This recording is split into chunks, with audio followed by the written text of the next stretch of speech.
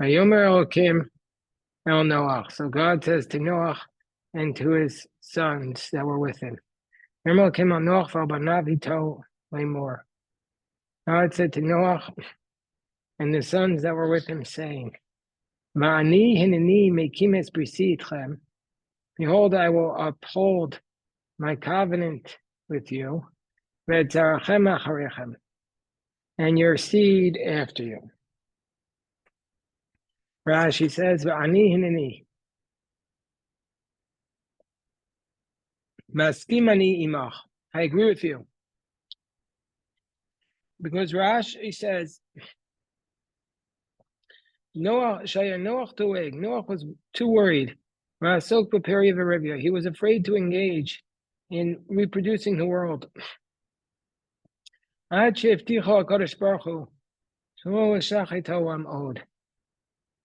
That before Hashem promised him that he was never going to destroy the world again. And that's what God did to him. He promised him that he wouldn't destroy the world. He said to him,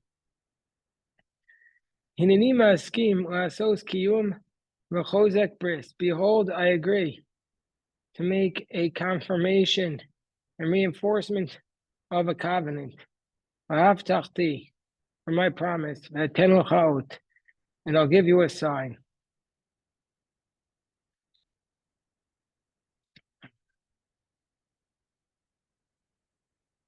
Pasuk Yud. And every living creature that's with you, and a bird and an animal, and every animal that is with you, everything that goes out of the ark, for all the living creatures. Rashi says, they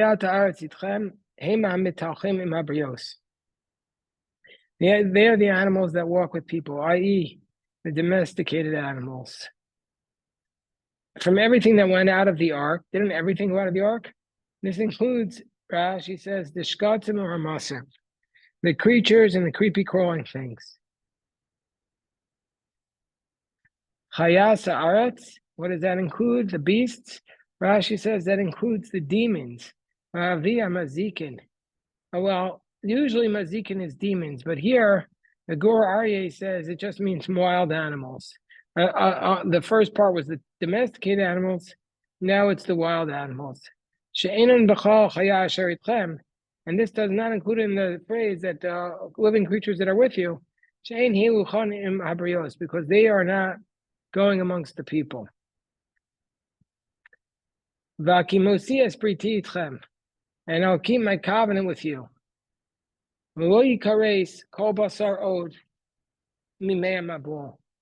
And nobody else, never again, shall flesh be cut off from the waters of the flood. There will never be another flood to destroy the world. Says the Rashi, Vakimosi,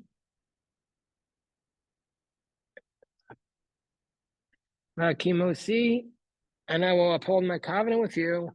Says the Rashi, Aseh kiyum wabriti. I make a confirmation of my covenant. No, right, thank you. Okay, well, we'll do it after Mincha. Thank you so much, Norai. Here's a chumash. I'm sorry I wasn't ready. They looked at you like you were shocked when you came in? No, you just said you were sitting there. Silly goose. We're at chapter 9, verse 10. But it only took him 15 minutes, right? And I'll uphold my covenant with you. And there will never be other flesh cut off from the flood. God promises that he will not destroy the world by a flood. There will never be another flood to destroy the earth. Says the Rashi, I'll make a confirmation for my covenant. And what is that confirmation? O Takeshet, the sign of a rainbow. Kimoshe Mesayim v'holech, as the passage goes on to conclude. Rabbi, I just wanted to add that maybe he's not saying that people won't ever be flooded. It's just that it won't be kol basar, which means all of humanity and all of the animals. Yeah, there'll be a flood. There'll be a flood. And we Just have for floods all the time. I don't right, know about what you have in New Brunswick, but here in DC there are floods a lot. right, and we have them every April or May. So I'm saying that it's Hashem's promises that it won't be for kol basar, but some of basar, there will be such a thing, and they will suffer from Good. this. Very nice. Yes. Baruch Hashem. Okay, so now here, chapter 9, verse 12. Nora, you read it. Vakasha. Idvet. Where does it start? From the words Vayomer Kim, Zot o Tabrit. ויאמר אלוקים זאת אות הברית אשר אני נותן ביני וביניכם ובין כל נפש חיה אשר אתכם לדרת Odorot olam. לדורות עולם. So God says, this is the sign of the covenant that I am giving between me and you, between every living creature, for eternal generations. God is going to make a sign. What is this? What is the eternal sign? Rashi says, no, I read it correctly, because if it's Dorot, it should have an Avav, and there's no Vav. So Nichtav Chaser. It's written lacking the letter Vav, because there are some generations that don't need this letter, that don't need this covenant. Because they were completely righteous, like the generation of Chizkiyahu, king of Judah, and the generation of Rabbi Shimon Bar Yochai. They never needed this covenant. They never needed it. So, what is this sign?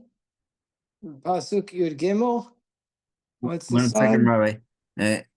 In Zvachim, which we're learning now in Daf Yomi, it also says about the generation of Yoshua ben Levi, that also he told the angels, when he died, that there was a keshet in his time, and the rabbis say that the only reason he did it He was being because humble. he was being humble, right? Yes, so. Right.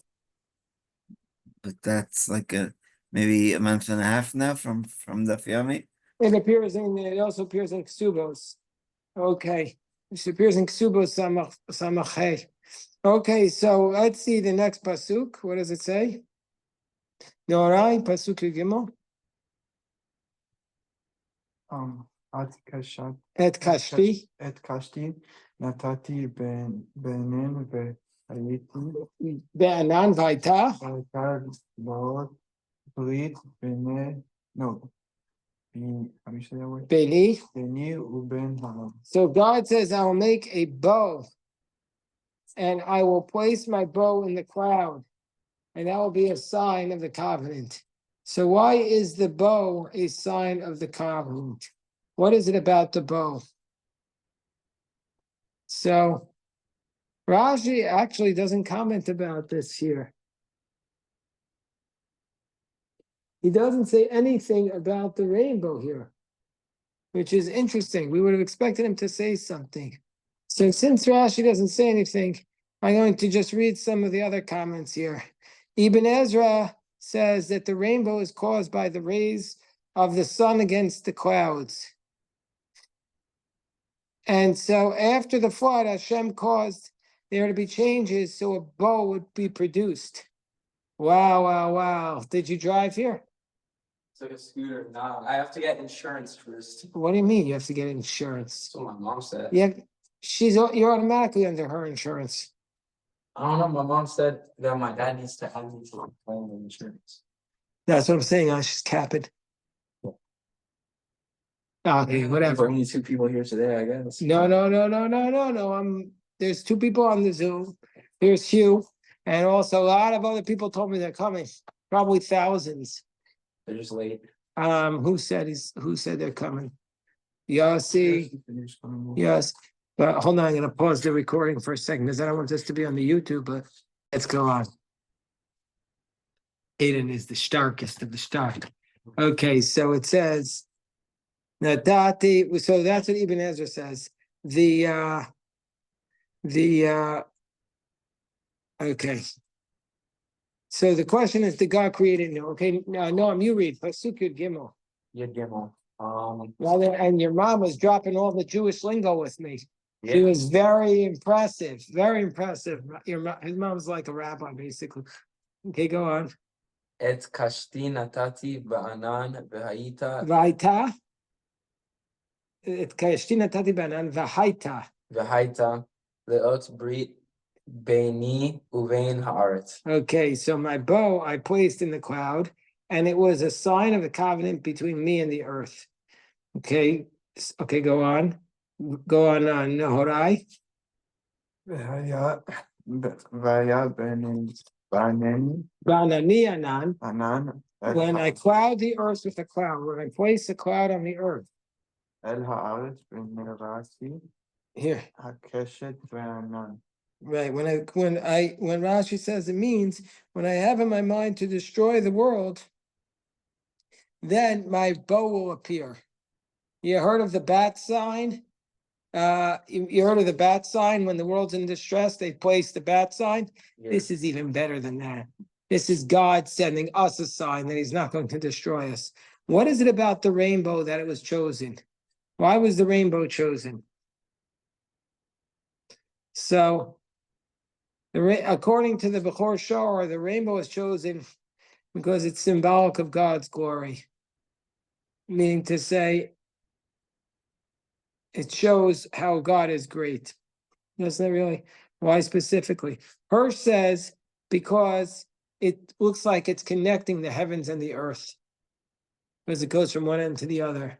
So it looks like it's connecting the heavens and the earth.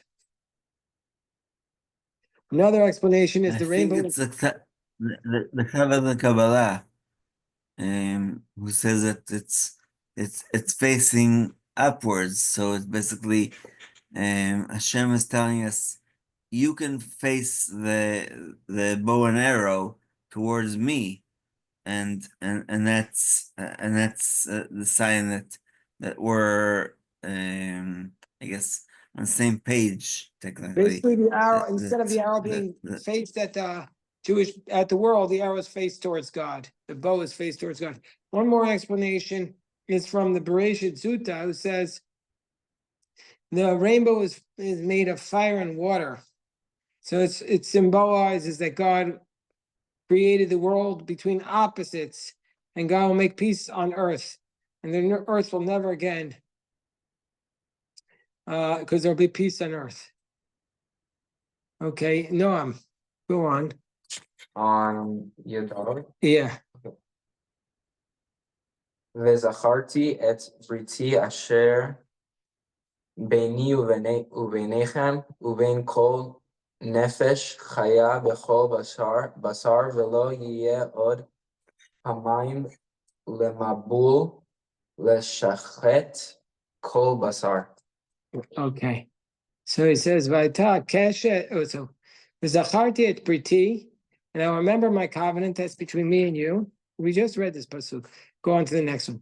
Vaita keshet ba'anan, and when the bow is in the cloud, uritia, and I will look upon it with skor burito to remember the covenant of the world, bein Elokim, between God and between every living soul. Elokim bein kol nefesh ha'ya b'chol basar asher ha'aretz.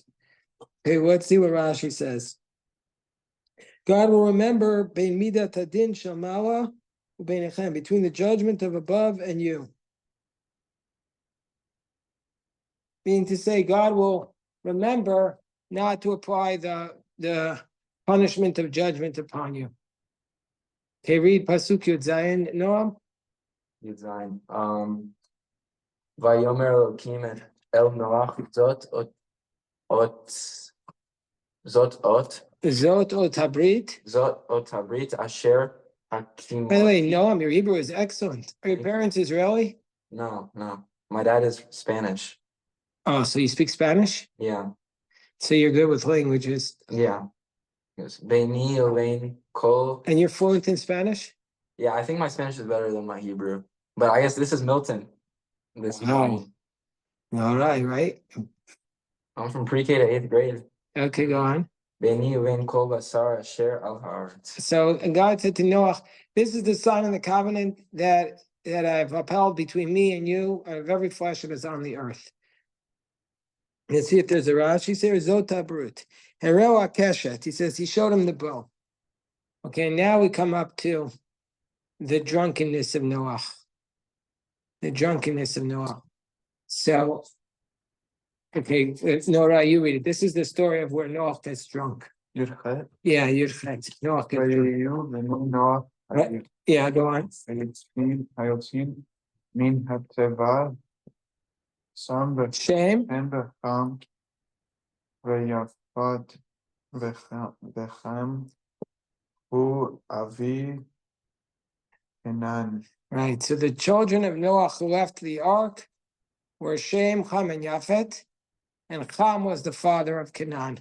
Why are we taught? Why Rashi says? Why are we learning that Ham was the father of Canaan? Why are we? Hello, Eliezer, how you doing? Good. Why are we learning that Ham was the father of the Canaan? Because says Rashi, Lefisha Parsha Sukkah Baba Shechutot Shel Noach. Oh, Yossi, how you doing? Yeah, right. Baruch Hashem.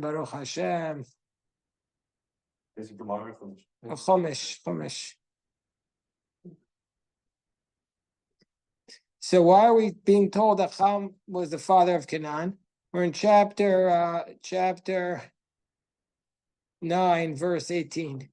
It's because this passage is going to talk about Noach's drunkenness. Did you study that in Milton? Do you know the story? No. Do you know the story, Norai? Well, then let me just first read the story with everybody. Do you know the story of Noach's drunkenness, Yossi? Yeah. Tell it to us. He got drunk after the flood, and then his sons made fun of him, His one son made fun of him. and then the other two covered him up. Well, it's not clear if they made fun of him. It's not clear what they did to him. Most say that what they did to him was that they castrated him. What? His own sons did that to him? His own grandson. Because the curse of Ham. It must have been that they did something terrible, that you're going to be a slave forever. So what did he do to be a slave? What did he do to get so? He must have done something terrible. Also, it says Noach woke up. Here, look up the story. I'll just read it quickly, and then you'll see. It says the following. The children of Noach, and then we'll go back and do the Rashi. The children of Noach went out from the ark were Shem, Ham, and Yafet. And Ham was the father of the Canaan. These three, Shlosh El B'nai Noach, these three were the sons of Noach. It's from them the whole world spread. By Yachel Noach Ish Adamah, and Noach, the man of earth. Yachel means he devalued himself. Vayita Karam, hello Eitan, and he planted a vineyard. We're chapter 9, verse 21. Vayesh min hayayin, and he became drunk. Vayishkar, he drank from the wine, he became drunk. Vayitgal b'toch halo, and he revealed himself in the tent. Vayar Cham avi Canaan et arvat aviv, and Cham, the father of Canaan, saw the nakedness of his father. Vayago shnei achav b'chutz, and he told it to his two brothers. Vayikach Shem vayefet es hasimla, and Shem and Yefet took the clothing. Vayasimu al shcham shneim, they put it on their shoulder. Vayachu acharonit, they walked him backwards. Vayachasu et arvat avim, they covered up the nakedness of their father. Upneim achoranit, and their faces were turned back.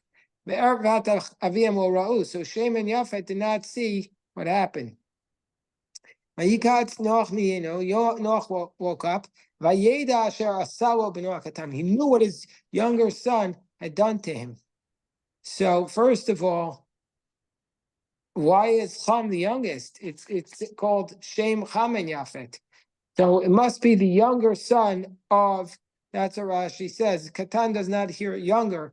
It means the disgraced son. Also, he did to him. That doesn't sound like he made fun of him. That something was done to him. What was done to him? That he saw his father drunk and he castrated him.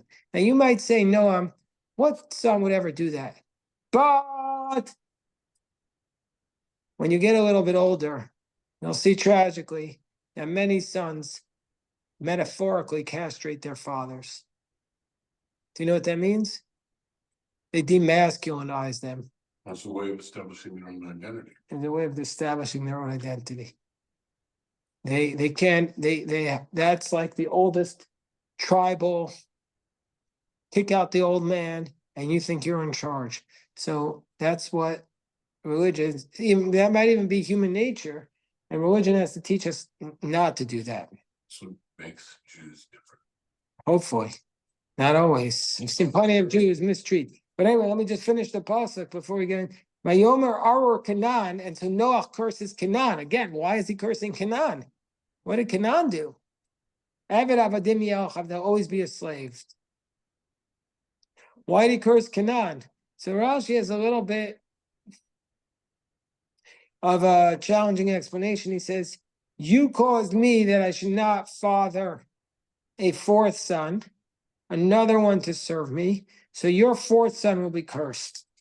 It's a little bit tricky because that's a little bit of a forced reading. So if you go to here, the other explanations, let's see if they have other explanations. Now, hold on. Rabag says it was his youngest child, and that refers to Canaan. And that's what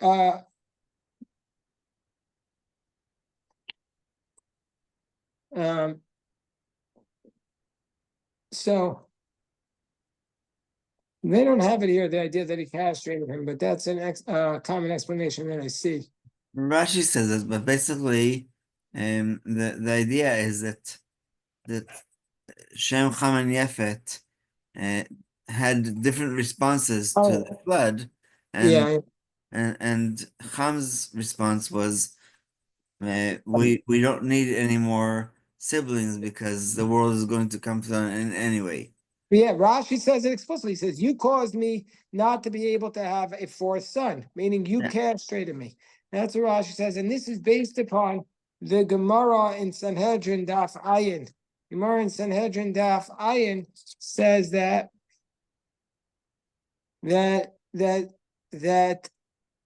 he castrated him.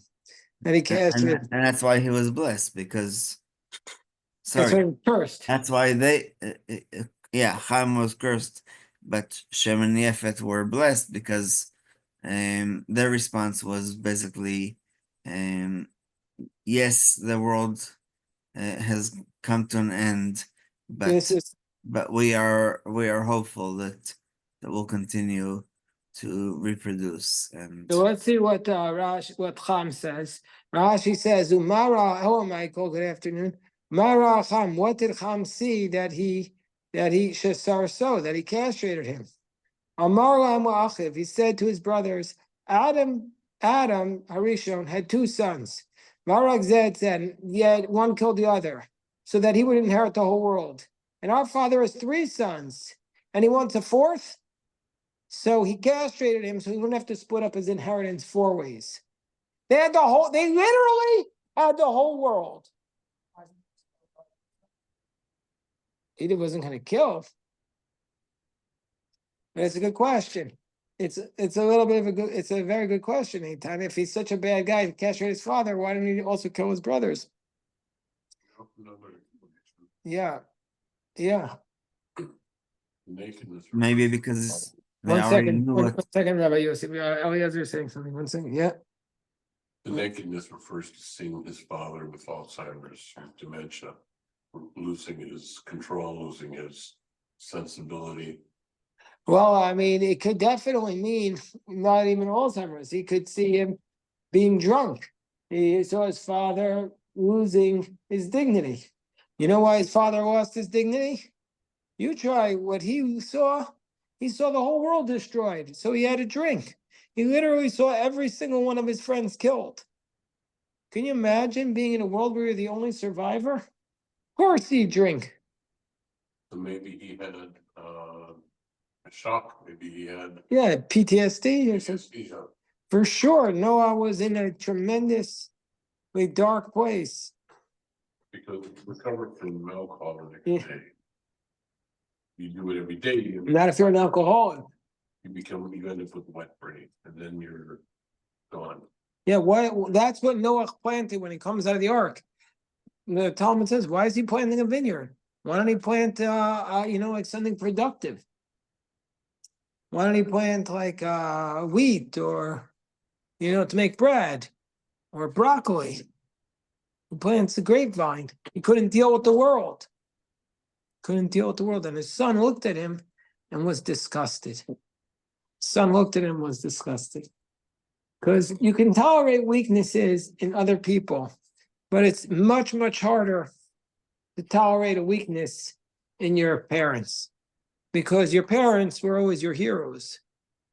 So when you see the weakness in your parents, it's especially painful.